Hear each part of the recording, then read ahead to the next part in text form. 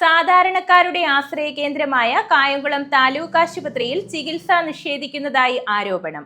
ആവശ്യത്തിന് ഡോക്ടർമാരില്ലാത്തതിനാൽ രോഗികൾ ദുരിതത്തിൽ. കായംകുളം ഗവൺമെന്റ് ഹോസ്പിറ്റലിന്റെ സ്ഥിതി വളരെ പരമദയനീയമാണ്.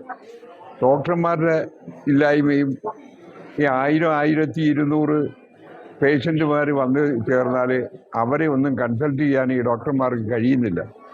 അത് നിലവിലുള്ളവർ അവധിയെടുത്ത് അവരിഷ്ടത്തിന് പോയിക്കൊണ്ടിരിക്കുകയാണ്. ഇവിടെ വരുന്ന രോഗികളുടെ ദയനീയത കണ്ട് വളരെ കൂടുതൽ സങ്കടപ്പെടുന്നവരാണ്. മുൻകാല ഗവൺമെന്റ് ഇങ്ങോട്ട് മാറിയതിനു ശേഷം ഉണ്ടായിരിക്കുന്ന ഒരു പ്രവണത, ഒരു അടുക്കും ചിട്ടയില്ലാതെ ഡോക്ടർമാർക്ക് ഇഷ്ടമുള്ളത് തോന്നിയതുപോലെ ചെയ്യാവുന്ന തരത്തിലേക്ക് വളരെ മോശപരമായി പ്രവർത്തിക്കുന്ന ഒരു ഹോസ്പിറ്റലായി മാറിയിരിക്കുക. നിത്യേന ആയിരക്കണക്കിന് രോഗികൾ എത്തുന്ന കായംകുളം താലൂക്ക് ആശുപത്രിയിലെ അത്യാഹിത വിഭാഗത്തിൽ നിലവിൽ ഒരൊറ്റ ഡോക്ടറുടെ സേവനം മാത്രമാണ് ലഭ്യമാകുന്നത്. ഇതോടെ ചികിത്സ കിട്ടാതെ മണിക്കൂറുകളോളം കാത്തുനിന്നുമടുത്ത് രോഗികൾ മടങ്ങേണ്ടി വരുന്ന ദയനീയ അവസ്ഥയുമുണ്ട്.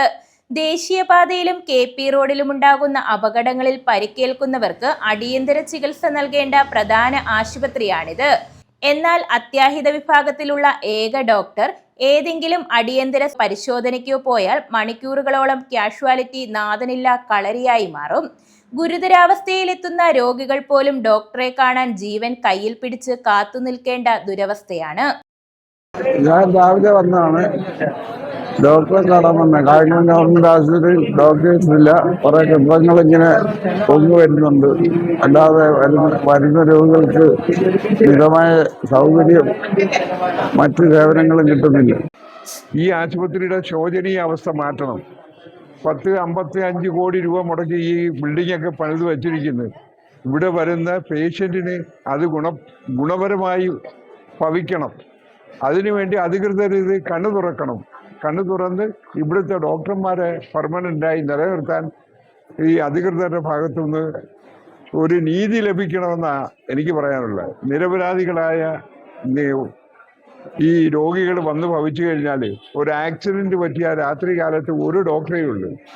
ആ ഒരു ഡോക്ടർ ഇവരെ 10 പേര് വന്നാൽ ഓരോരുത്തരെ പരിശോധിച്ച് വരുമ്പം മണിക്കൂറുകൾ, ചിലർ മരിച്ചു വീഴുന്ന അവസ്ഥയിലേക്ക് എത്തപ്പെടുക. എല്ലാം ചീട്ടെഴുതി വണ്ടാനത്തേക്ക് വിടുന്ന ഒരു കണ്ടീഷനാണ്. ആ ഒരു ദയനീയത ബഹുമാന്യരായ അധികൃതർ ഇതിൽ കാണണം, അതിന് പരിഹാരം ഉണ്ടാക്കണം എന്നാണ് എനിക്ക് പറയാനുള്ളത്. ആശുപത്രിയിൽ എത്തുന്നവർക്ക് എഴുതി നൽകാൻ ആവശ്യത്തിന് മരുന്നുകൾ പോലും ഫാർമസിയിലില്ലെന്ന പരാതിയും ശക്തമാണ്. പാവപ്പെട്ട രോഗികൾക്ക് പുറത്തുനിന്ന് വൻവില കൊടുത്ത് മരുന്ന് വാങ്ങേണ്ടി വരുന്ന സ്ഥിതിയാണ്.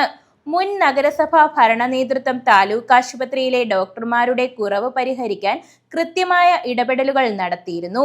എന്നാൽ നിലവിലെ UDF ഭരണ നേതൃത്വത്തിന്റെ കടുത്ത അനാസ്ഥയും നിസ്സംഗതയുമാണ് ആശുപത്രിയുടെ ഈ തകർച്ചയ്ക്ക് കാരണമെന്ന് ജനപ്രതിനിധികളടക്കം ആക്ഷേപമുയർത്തുന്നുണ്ട്. ഉടൻ തന്നെ കൂടുതൽ ഡോക്ടർമാരെ നിയമിക്കുവാനും മരുന്ന് ക്ഷാമം പരിഹരിക്കുവാനും അധികൃതർ തയ്യാറായില്ലെങ്കിൽ അത്യാഹിത വിഭാഗത്തിന്റെ പ്രവർത്തനം പൂർണ്ണമായും സ്തംഭിക്കുന്ന അവസ്ഥയിലേക്കാണ് കാര്യങ്ങൾ നീങ്ങുന്നതെന്നും ആരോപണമുണ്ട്.